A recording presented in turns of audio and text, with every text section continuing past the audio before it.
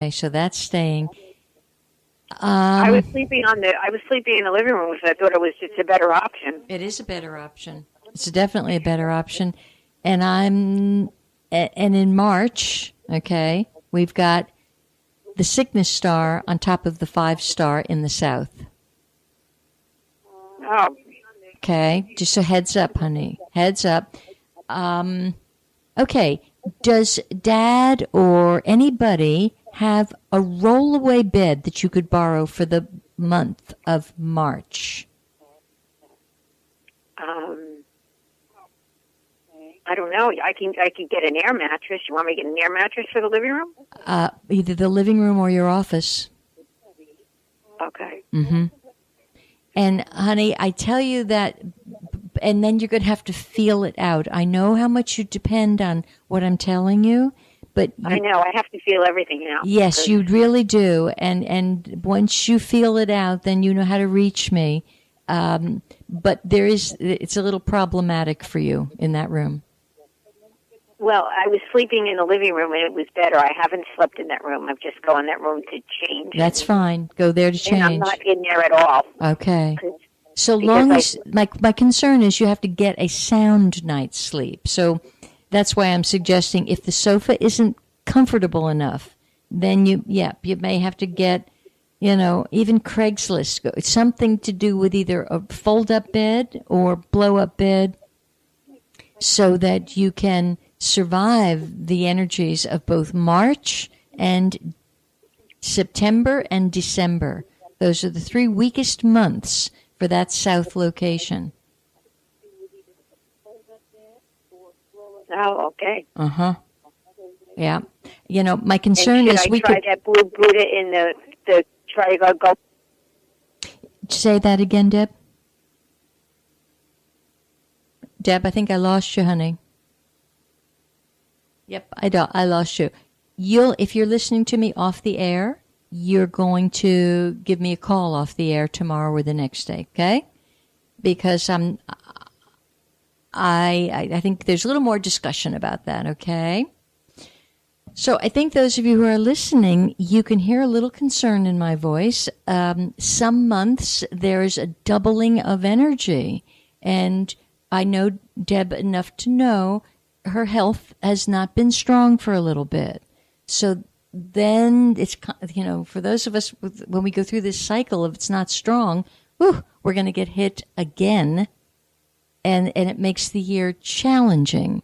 And I truly speak from the voice of experience because last year I went through all of this to the point where after, several weeks of one situation, I'm like, well, okay, if I'm to leave right now, I'm to leave.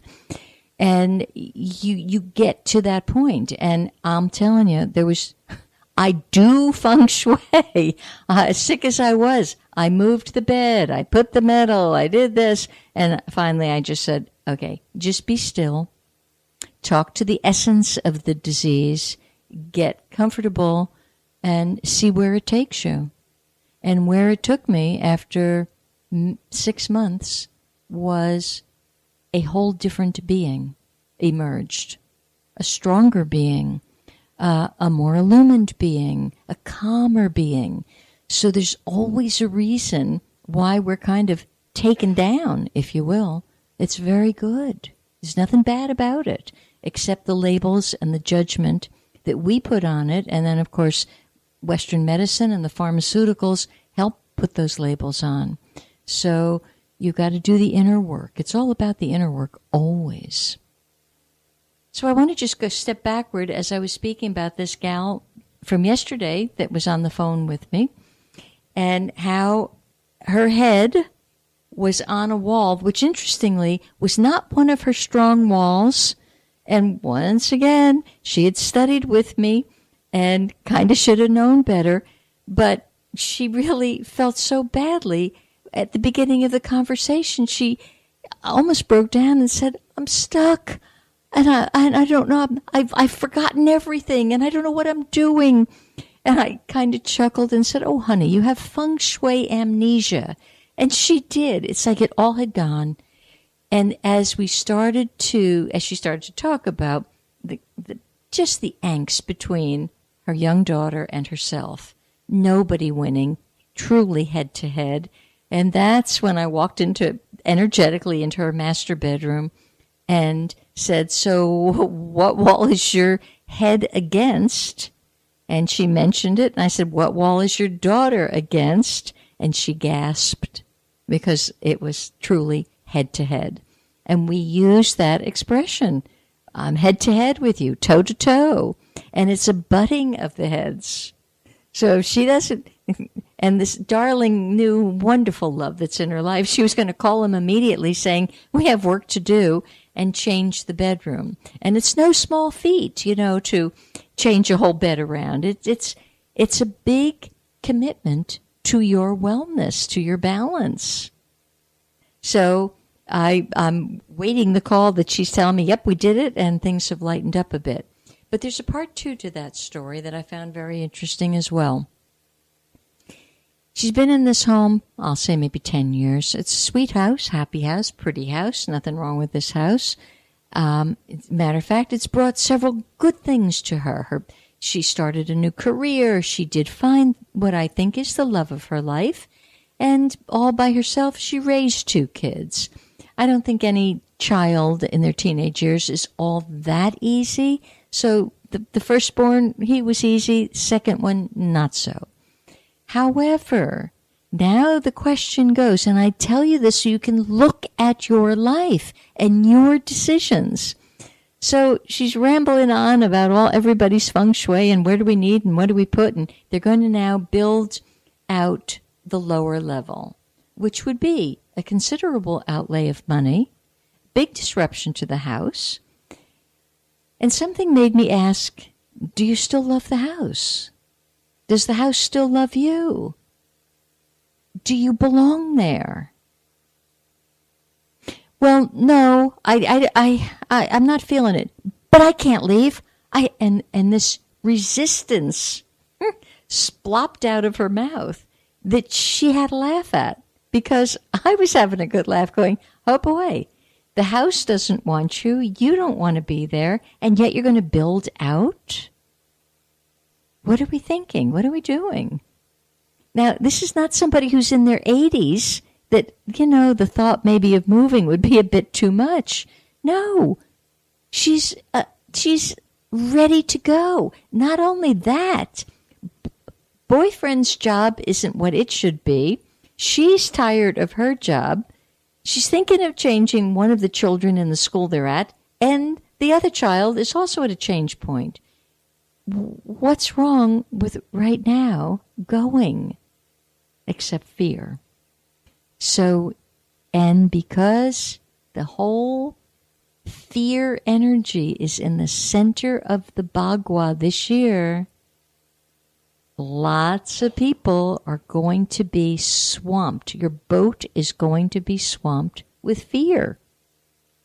So, look, you gotta look. You have to laugh at yourself, because that's the only way out of it. Laughter is your medicine.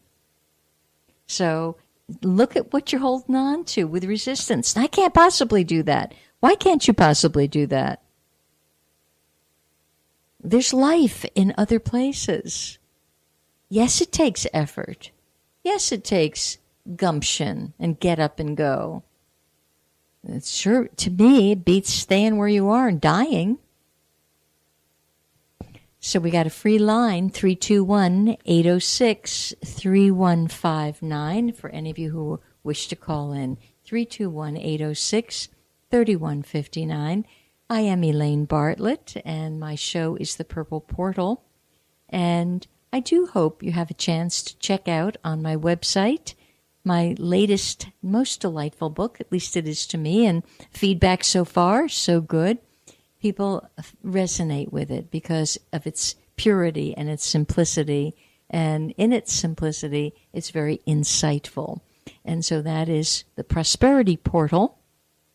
And I look around now in my life, and the word portal actually dawned within me after all of my health ups and downs last year. And I thought, we're supposed to step into portals at all times. Actually, we're supposed to become the portal, a portal of wisdom, a portal of tranquility and harmony and wholeness. So you become the portal, and I'm telling you what, doorways open up left and right. Only catch, you're going to have to give up the fear and your unrest. You're going to have to do it. Well, you don't have to do anything, but it's how you go through the portal, okay? All right, so I had that interesting time with that gal and seeing that she was going to build out her basement, and remains to be seen whether she actually does. Then I had another fascinating, well, since you're not calling in now, you have to hear all my recent war stories. So if you don't want to hear my war stories, call in to find out fame, success, and illumination. The best way for you to find illumination is recognize you never lost it in the first place. You know, I do have sometimes a very brutal sense of humor. Sometimes I'll come across somebody who's very, very intent on telling me they found Jesus. And no disrespect here, but I never knew he was lost. He'd be the last to tell you he was lost from any of my conversations with that great world-class teacher.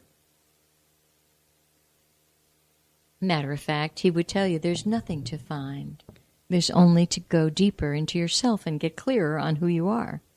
He knew that, and because of that, he lived it. And therefore, change happened. And you live it, change happens. It's that simple. And it's nothing that you had to run after. There's no seeking. It's just no seeking anymore.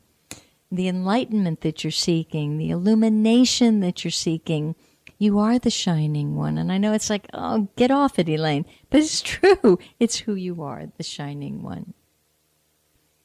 All right. So here's the other thing that happened, and this probably will cause a little stir in some of you. A gentleman called me last week, and he had been referred by his girlfriend. And it was very fascinating to me because he started the conversation with, hello, I'm so-and-so. My girlfriend referred me. And I'm the one that you told her to put on the shelf for 5 years. Well, and this was placed apparently in 2009 or 10. So I had a good chuckle and said, so how'd you make out on that shelf? How did that work for you? And have you taken yourself off the shelf yet? With just that little wonderment, oh, is he downstairs? Where is he? And how did the shelf work out? Well, this young man was particularly authentic and sincere, which just I so embrace that sincerity and that authenticity. There's not a lot of it. So he kind of saw the fact that I thought it was now rather humorous. He said, well, we both needed that 5 years. We both had to grow up. And he said, and I was an alcoholic, and he used the word cannabis. I used cannabis frequently, which means he was a pothead. And so he gave it all up. And now they're engaged to be married. And now there's 2 strong, healthy individuals. And how great is that? Now, he was probably, the gal was probably about 24 or 5 when I must have said this to her, maybe even earlier. That's the last thing you want to hear about a love of your life when you're in your 20s. Put him on the shelf for 5 years.